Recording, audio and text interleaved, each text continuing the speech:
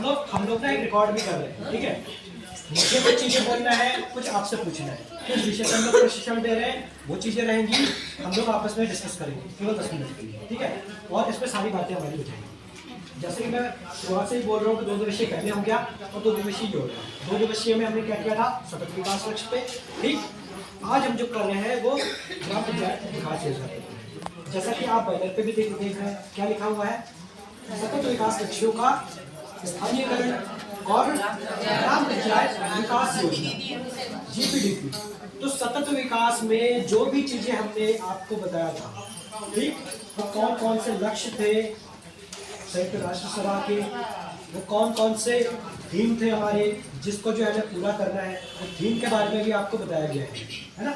9 theme आपको बताया गया है ना। तो 9 थीम में है क्या, वो विकास के ही तो काम है अपने गाँव के।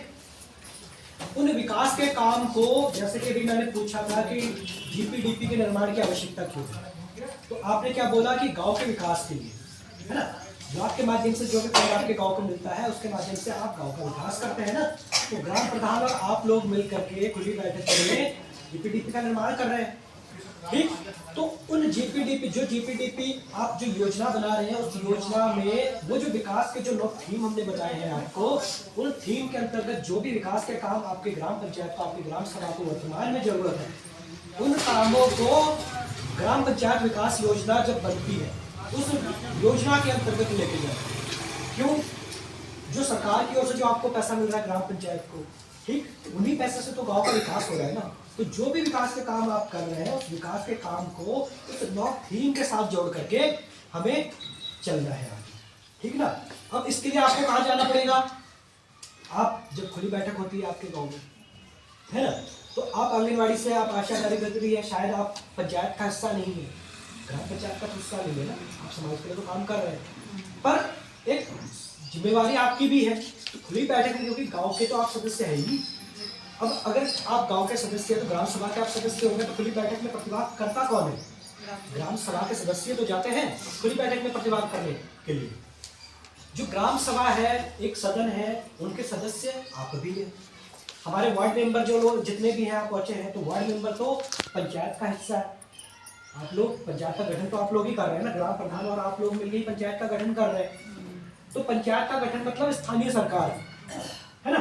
स्थानीय सरकार में कौन हो गया, आपके ग्राम प्रधान हो गए और आपके सारे वार्ड मेंबर, ठीक ना।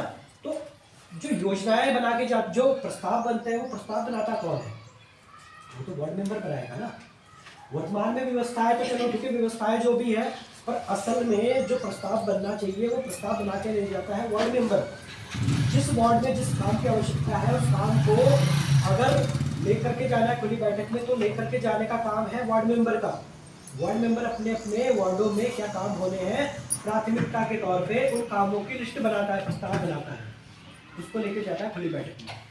अब जो भी गांव है, जिस गांव में 5 वार्ड हो सकते हैं, 9 वार्ड हो सकते हैं, 7 वार्ड हो सकते हैं, तो सारे के सारे वार्ड मेंबर अपने अपने प्रस्ताव बना करके ले जाते हैं, ठीक ना। अब उन प्रस्तावों में जो काम होने हैं, उस काम को हमें देखना है कि हमारे जो 9 थीम है उसके अंतर्गत लेकर के चलना है कि कौन कौन से ऐसे काम है, विकास के काम जो 9 थीम के अंतर्गत भी आ रहा है और हमारे वार्डों में उसकी जरूरत भी है। तो उसके हिसाब से लिस्ट बना करके, प्रस्ताव बना करके तब ले जाना है उसके वार्ड खुली बैठक में। अब खुली बैठक में क्या केवल पंचायत के सदस्य होते हैं, नहीं, वहाँ पे पूरे गांव के लोग होते हैं। गांव के लोग मतलब ग्रामवासी सदस्य, जो वोटर्स हैं।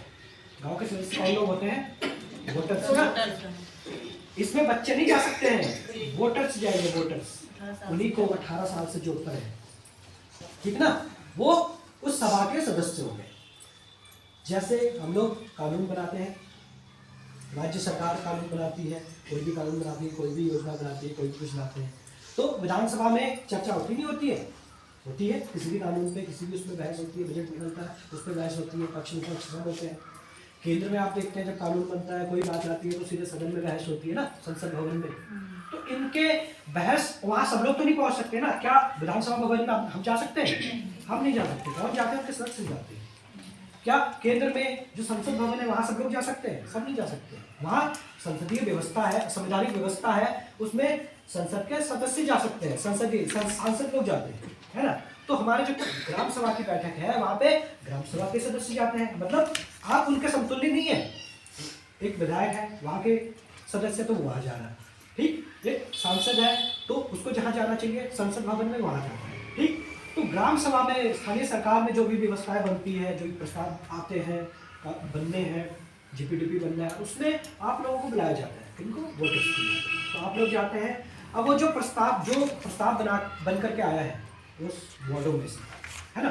अब कोई वार्ड मेंबर है जो बहुत सारे काम ऐसे लेकर के आएगा, लिख करके, जो शायद उसकी वर्तमान में जरूरत नहीं है। वही बहुत सारे काम ऐसे भी हो सकते हैं जिनकी वर्तमान में हमारे यहाँ जरूरत है और बहुत ज़्यादा जरूरत है। उसके बिना पे ये मान के चलिए लोगों की लाइफ स्टाइल में फर्क पड़ रहा है ना, उससे फर्क पड़ जाएगा, उसको चाहिए वर्तमान में। तो 9 वार्ड के 9 वार्ड, अब ऐसा तो नहीं है सारे वार्ड में कुछ इमरजेंसी काम हो रहे हो, कुछ एक वार्ड मेंबर ऐसा भी काम लेके आएगा जिसकी वर्तमान में जरूरत नहीं है। वो डिसाइड कहाँ पे होगा कि कौन सा काम प्राथमिकता के तौर पे हमें करना है, तो वहीं पे डिसाइड होगा खुली बैठक में। क्यों, वहाँ पे आपके आमजन भी होंगे, संसद मतलब सभा के सदस्य भी होंगे, तो वहाँ कोई वार्ड मेंबर ये नहीं कह पाएगा कि नहीं मेरे वार्ड का ये काम जरूरी है या होना है। वैसे तो सारे वार्ड मेंबर कहेंगे कि मेरा काम जरूरी होना है, मेरा काम जरूरी होना है, ठीक।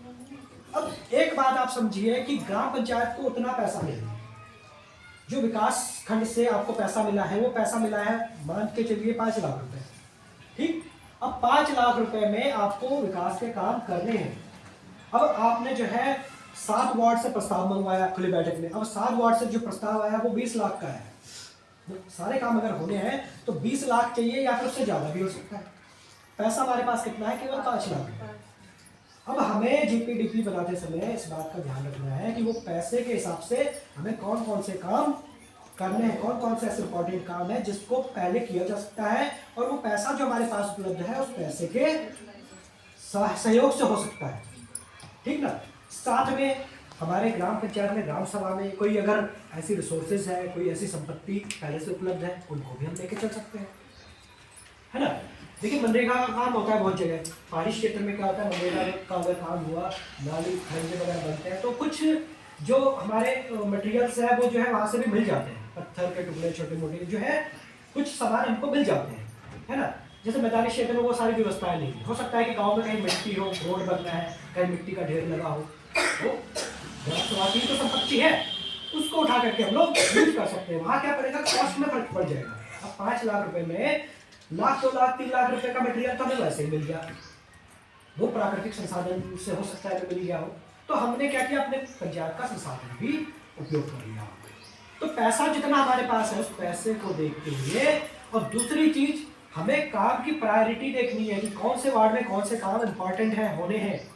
और वहाँ पे खुली बैठक में आप सब जब बैठेंगे डिस्कस होगा कि देखिए ये काम है, पैसा हमारे पास इतना है, तो कौन कौन से काम इंपॉर्टेंट है। तो आप खुद समझेंगे कि मेरे वार्ड में ये काम तो शायद इतना इंपॉर्टेंट नहीं है जितना पड़ोस के वार्ड में काम इंपॉर्टेंट है, जरूरी है, उसके बिना पे नहीं चल रहा है, वहाँ के लोग परेशान हैं। हमारे यहाँ हमारे वार्ड में ये काम अभी नहीं 2 साल बाद हो सकता है, पर वो काम जरूरी है। तो वहाँ आपके जो चुने हुए प्रतिनिधि है, जो वार्ड मेंबर है, वो भी एक बार के लिए पीछे हट जाएंगे, आप खुद समझ जाएंगे, उसको जाकर के आपको जवाब नहीं देना है। वर्तमान में क्या हो रहा है, सब लोग पहुंचते हैं नहीं, खुली बैठक में आप सब जाते नहीं है, गांव के लोग जाते नहीं है, ठीक। वार्ड मेंबर अपना लिस्ट बना के ले तो जा रहा है वहाँ पे, अब वो सारी लिस्ट सारी की सारी पास नहीं हो सकती वहाँ पे, क्यों, हमारे पास पैसा ही नहीं था, और प्रायोरिटी दूसरे वार्ड में काम फर्स्ट प्रायोरिटी पे लिया गया तो उनको देना था। तो वहाँ पे क्या होता है, उसी वार्ड मेंबर को आपके वार्ड वाले पूछेंगे कि भाई तुम तो खूब कह रहे थे, लिख के ले गए, ये करोगे वो करोगे, नहीं। अरे वो चीज़ें आपको समझना भी है कि क्यों नहीं हुआ, पैसा हमारे पास सीमित है, ऐसा नहीं बहुत ज़्यादा पैसा नहीं है कि भाई किसी गांव के जितने प्रस्ताव आए सबको बना दिया, संभव नहीं है वर्तमान में ये चीज़ें, हमारे भारत देश में तो खासकर नहीं। तो हमें सिस्टम को नहीं कोसना है, सिस्टम तो चल ही रहा है जैसा भी है, सुधारना है, एक सतत प्रयास हमें वहाँ भी करना है। वो सतत प्रयास होगा कैसे, जब आप लोग आएंगे ट्रेनिंग प्रोग्राम में, हम लोग आपको समझा रहे हैं, क्यों हम समाज के अंतिम व्यक्तियों को, वार्ड के सारे लोगों को भी बुला सकते थे, उस सारे वोटर्स को हम लोग बुला सकते थे। होता क्या, यहाँ पे पूरा क्राउड, भीड़ इतनी मच जाती कि हमें इतने लोगों को संभालना मुश्किल हो जाता है ना। जब चुप कराते हैं तो चुप कराते रहते हैं, चुप नहीं होते। अब क्या उनके बीच में अगर आप लोग शांति से सुन रहे हैं तो वो लोग तो जितनी ज्यादा भीड़ होगी तो सुनने की क्षमता उतनी ज्यादा कम होती जाती है। नहीं होती है, सुनेगा नहीं।